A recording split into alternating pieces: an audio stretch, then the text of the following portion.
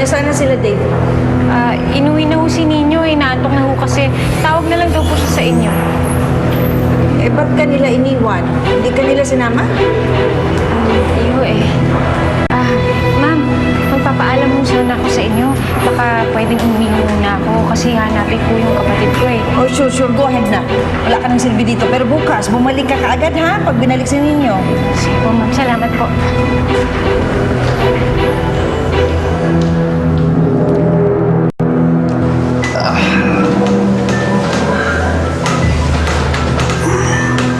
Wala. Alam mo, sa dami na nangyari sa atin, dapat at home ka na. Ha?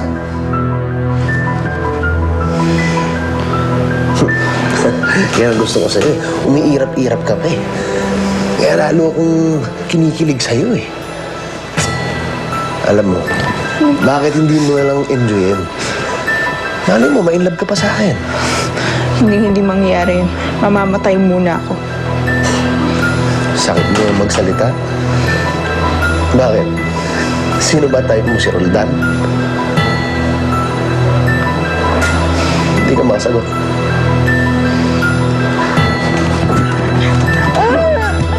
Ba't di ka sumasunod, ha? Si Roldan ba? Ha? Si Roldan ba?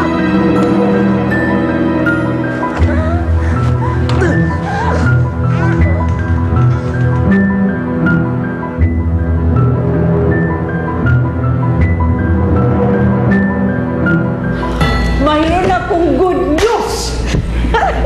Ako naman, meron akong bad news. Ayaw magpabayad ng doktor na kausap natin. Ayaw niyang pumayag na ibahin yung diagnosis nila kay Gwyneth.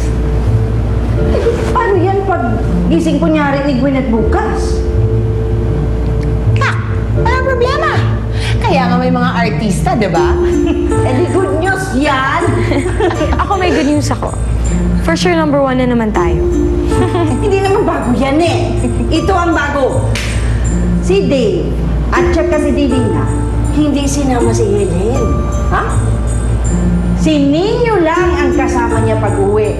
O hindi ba? Bago yan? So, I'll expect na magkakatuluyan kayo ni Dave para sa season 2 ender ng show natin. Promise natin yan sa mga manonood. Well, he's in the bag already. So, for sure, sorry na lang kay Helen.